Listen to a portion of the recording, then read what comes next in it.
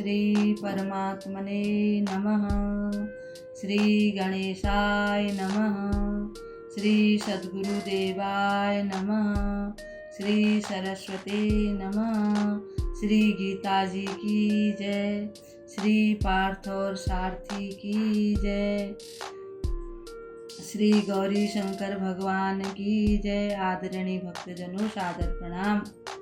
हम आज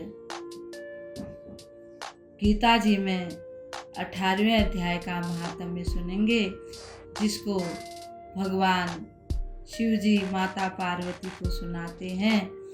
माता पार्वती शिव जी से कहती हैं कि हे भगवान, आपने 17वें अध्याय का महात्म्य बतलाया, अब 18वें अध्याय के महात्म्य का वर्णन कीजिए।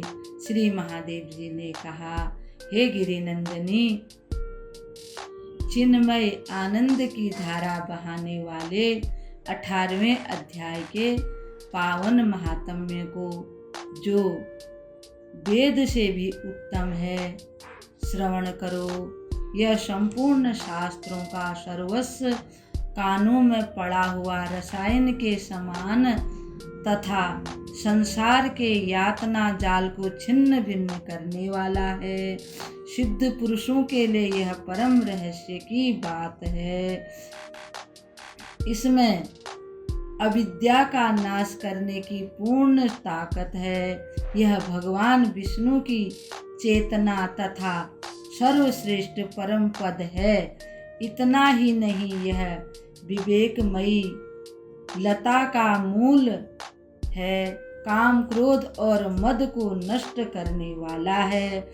इंद्र आदि देवताओं के चित्त का विश्राम मंदिर तथा सनक सनंदन आदि महायोगियों का भी यह मनोरंजन करने वाला है। इसके पाठ मात्र से मनुष्यों के सभी प्रकार के पाप दूर हो जाते हैं। मनुष्यों के सब दुख भी दूर हो जाते हैं।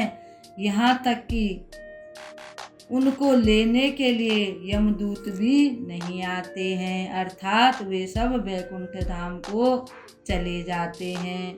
भगवान भोले बाबा वर्णन करते हैं, पार्वती, इससे बढ़कर कोई ऐसा रहस्यमय उपदेश नहीं है, यानी कि इससे बढ़कर कुछ है ही नहीं, जो संतप्त मानवों के त्रिविध यानी कि तीनों तापों को, दैविक और भौतिक, दैविक और भौतिक तीनों तापों को हरने वाला और बड़े बड़े पातकों का नाश करने वाला है। 18वें अध्याय का जो पाठ करते हैं, महात्म्य को सुनते हैं और इसको सुनाते हैं, इसके संबंध में जो पवित्र उपाख्यान है, उसे भक्ति पूर्वक जो सुनते हैं, उसके समस्त पाप मिट जाते हैं, वह पापों से मुक्त हो जाता है। हे पार्वती, मेरुगिरी के शिखर पर अमरावती नाम वाली एक रमणीय बहुत सुंदर पुरी है, यानी कि एक नगर है। उसे पूर्व काल में विश्वकर्मा ने बनाया था। उस पुरी में देवताओं द्वारा सेवित इंद्र सची के साथ निवास करते हैं, यानी कि वहाँ इंद्र देवता माता सची के साथ रहते हैं। एक दिन वे सुखपूर्वक बैठे हुए थे। इतने में ही उन्होंने देखा कि भगवान विष्णु के दूतों से सेवित एक अन्य पुरुष वहां आ रहा है। इंद्र उस नए आने वाले पुरुष के तेज से तिरस्कृत होकर तुरंत ही अपने मणिमय सिंहासन से मंडप में गिर पड़े।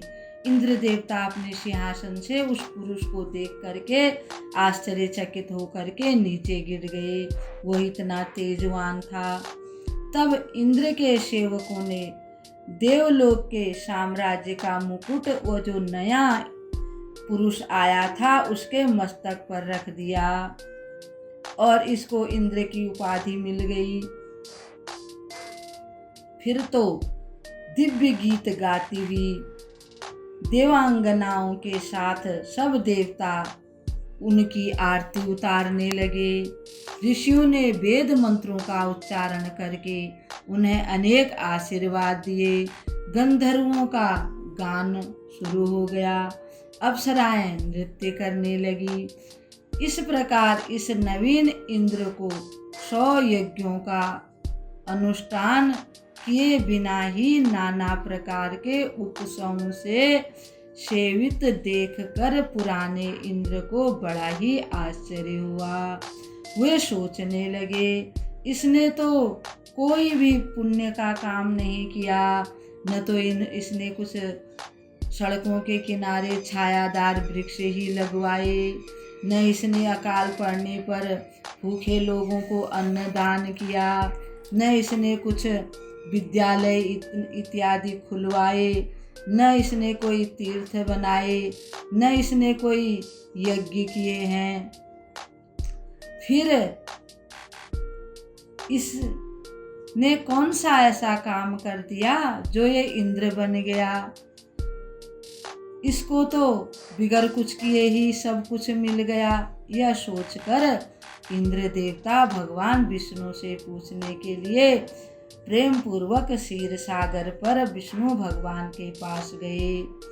वहां अकस्मात अपने राज्य से भ्रष्ट होने का दुख निवेदन करते हुए इंद्र देवता बोले, लक्ष्मीकांत, आपको बार बार प्रणाम है। मैं पूर्व काल में आपकी प्रसन्नता के लिए 100 यज्ञों का अनुष्ठान किया था। कहते हैं उसी के पुण्य से मुझे इंद्र पद की प्राप्ति हुई थी, किंतु इस समय स्वर्ग में कोई दूसरा ही इंद्र अधिकार जमाए बैठा है। उसने तो कभी धर्म का कोई आचरण किया ही नहीं, न कोई अनुष्ठान किया, न कोई यज्ञ किए। फिर उसने मेरे दिव्य सिंहासन पर कैसे अधिकार पा लिया। श्री भगवान बोले, हे इंद्र, वह गीता के 18वें अध्याय में से 5 श्लोकों का प्रतिदिन पाठ करता है। उसी के पुण्य से उसने तुम्हारे उत्तम साम्राज्य को प्राप्त कर लिया है। गीता के 18वें अध्याय का पाठ सब पुण्यों का शिरोमणि है, यानी सबसे बढ़ के है। उसी का आश्रय लेकर तुम भी अपने पद पर स्थिर हो सकते हो। भगवान विष्णु के ये वचन सुनकर और उस उत्तम उपाय को जानकर इंद्र ब्राह्मण का वेश बना के गोदावरी तट पर गए। वहां उन्होंने कालियाग्राम नामक उत्तम और पवित्र नगर देखा, जहां काल का भी मर्दन करने वाले भगवान कालेश्वर विराजमान हैं। बोल श्री कालेश्वर भगवान की जय। वहीं गोदावरी तट पर एक परम धर्मात्मा ब्राह्मण बैठे थे। बोल गोदावरी मैया की जय। जो बड़े ही दयालु और वेदों के पारंगत विद्वान थे। वे अपने मन को वश में करके प्रतिदिन गीता के 18वें अध्याय का स्वाध्याय किया करते थे।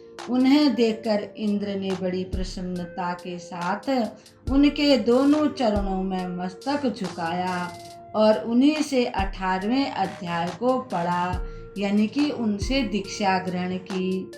फिर उसी के पुण्य से उन्होंने श्री विष्णु का सायुज्य प्राप्त कर लिया, यानी कि उन्होंने भी विष्णु के समान ही शरीर धारण कर लिया। उनको विष्णु भगवान का जैसा शरीर प्राप्त हो गया। इंद्र आदि देवताओं का पद तो बहुत ही छोटा है, यह जानकर वे परम हर्ष के साथ उत्तम वैकुंठ धाम को गए। अतः यह अध्याय मुनियों के लिए श्रेष्ठ परम तत्व है।